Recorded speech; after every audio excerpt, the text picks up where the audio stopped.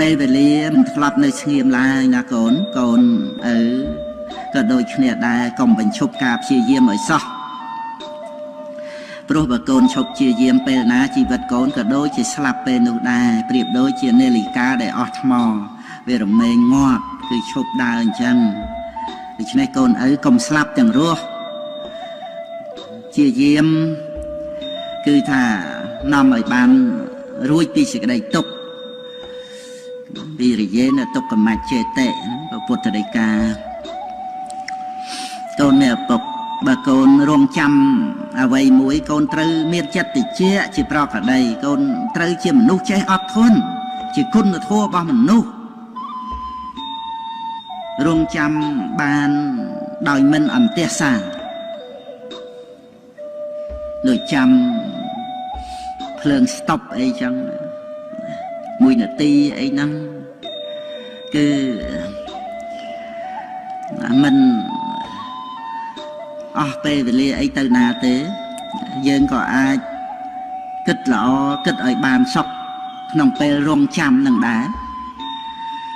ពេលវេលាច្រើនទៀតណាស់ដែលយើងមិនបានគិតហើយបំផ្លាញពេលវេលានឹងទៅដោយគំនិតមិនល្អដោយកិច្ចការងារមិនល្អដូច្នេះត្រូវចេះរងចាំដើម្បីសុវត្ថិភាពនៃជីវិតយ៉ាងណាគឺក្តីអត់ធន់ត្រូវចេះរងចាំដោយចិត្តតិចវៃមិនមែនចេះតែបានដោយចិត្តចង់ទេបើយើងមិនចេះរងចាំយើងត្រូវកើតទុក្ខមួយនឹងលោកនេះមិនមែនចេះតែមកផ្កប់ចិត្តយើងចង់បានអីបាននឹងភ្លាមចឹងទៅទេសិតតែមានហេតុផលត្រឹមត្រូវនៅក្នុងលោកនេះកូនត្រូវយល់អំពីអ្វីក្នុងលោកនេះផងកុំឃើញតែពីខ្លួនឯងចេះតែតាមចិត្តតាមចំណង់តាមកិលេសនោះត្រូវសិក្សាក្នុងលោកនេះឲ្យកើតបញ្ញាសូម្បីព្រះពុទ្ធអង្គក៏សិក្សាថ្នាក់បរិញ្ញាក្នុងលោកនេះដែរចឹងកូនត្រូវរៀន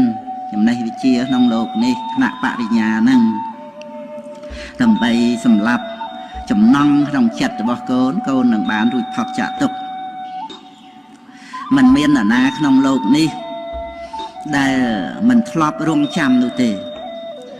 ព្រោះការរងចាំជាសន្តាននៃចិត្តរបស់មនុស្សគ្រប់គ្នាតែសូមឲ្យកូនពូកែក្នុងការរងចាំកូនត្រូវរករបស់ណាដែលមានប្រយោជន៍ដល់ជីវិតធ្វើកំដរក្នុងរវាងនៃការរងចាំហ្នឹងទៅត្រូវអានជាភៅក៏អានទៅអាចនឹងសរសេរអត្ថបទធัวអីចឹងទៅក៏បានកុំទំនេរនៅក្នុងកិច្ចការងារព្រោះថាពេលវេលាមិនសម្បូរសម្រាប់ដែលយើងនៅរស់ជាមនុស្សនេះទេ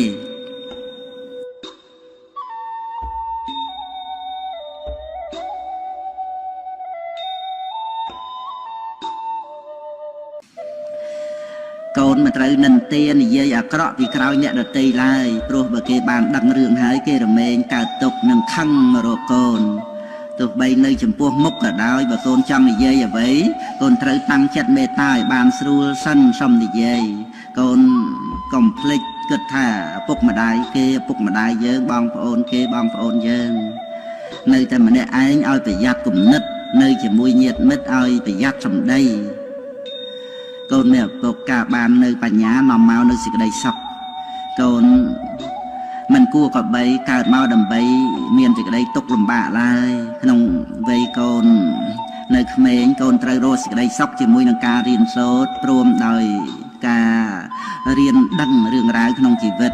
ក្នុងវ័យកំឡោះក្រមុំកូនត្រូវរកសេចក្តីសុខជាមួយនឹងការកសាងជីវិតរៀបចំជីវិតទៅតាមការចេះដឹងក្នុងពេលដែលគ្រប់គ្រងផ្ទះកូនត្រូវរកសេចក្តីសុខជាមួយនឹងជីវិតគ្រួសារក្នុងវ័យចាស់ជរាកូនត្រូវរកសេចក្តីសុខជាមួយនឹងសេចក្តីស្ងប់រងាប់ផ្លូវចិត្តកូនមានឪពុកវិជាទុកជាភ្នែកការប្រព្រឹត្តទុកជាជើងកូនក៏បីនឹកជានិច្ចនៅពេលដែលកូនមានការធុញទ្រាន់ក្នុងការរៀនសូត្រសូមកូនគិតថាការរៀនសូត្រជាទ្វារចូលទៅរកសេចក្តីសម្រេច ការរៀនសូត្រជាទ្វារចូលទៅរកសេចក្តីសុខការរៀនសូត្រជាទ្វារចូលទៅរកជ័យជំនះពេលវេលាទំពាស៊ីនៅសពសត្វបើកូនប្រាថ្នាជាមនុស្សល្អកូនគួរដឹងពេលវេលានិងគួរបប្រតិបត្តិឲ្យត្រូវពេលដល់ពេលកូនញ៉ាំកូនត្រូវញ៉ាំដល់ពេលគេងកូនត្រូវគេងដល់ពេលក្រោកកូនក៏ត្រូវតែក្រោកដល់ពេលរៀនកូនត្រូវរៀនដល់ពេលលេងកូនសំលេង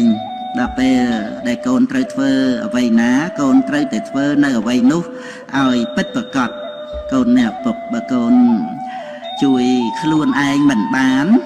អ្នកខុសគឺឪពុកម្ដាយតែបើកូនជួយខ្លួនឯងបានអ្នកដែលសប្បាយចិត្តជាងគេគឺឪពុកម្ដាយរបស់កូននឹងឯងពេលមានបញ្ហាតាក់ទងនឹងកូនត្រូវកូនរកហេតុនៃបញ្ហាហើយយកមកពិចារណាកែខៃ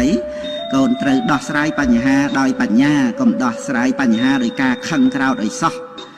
ព្រោះនៅពេលខឹងមនុស្សយើងតែងតែល្ងងកូនអ្នកឪពុកកូនកុំជាម្ចាស់បំណុលឡើយព្រោះធ្វើឲ្យកូនមានទុក្ខកូនកុំចូលចិត្តខ្ចីរបស់របរប្រើប្រាស់របស់គេផងដែរសម្ពុតក៏អាវអ្នកដតីកូនត្រូវចាត់ចែងត្រៀមរៀបចំឲ្យមានព្រមបើមិនមាននិងមិនចាំបាច់ទេគឺមិនត្រូវប្រើប្រាស់នៅរបស់នោះឡើយព្រោះមាយាទល្អជាសម្បត្តិដ៏ប្រពៃយ៉ាងទៀតវិជ្ជាជាកំណត់ទ្រព្យជាប់នៅនឹងខ្លួនកូន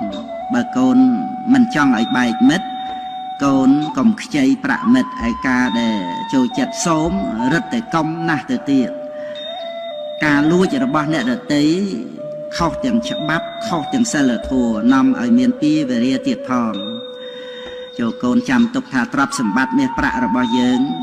ចៅអាចលួចយកទៅបានតែចំណេះវិជ្ជានៅជាប់ជាមួយនឹងខ្លួនកូនអ្នកណាក៏លួចយកទៅមិនបានដែរ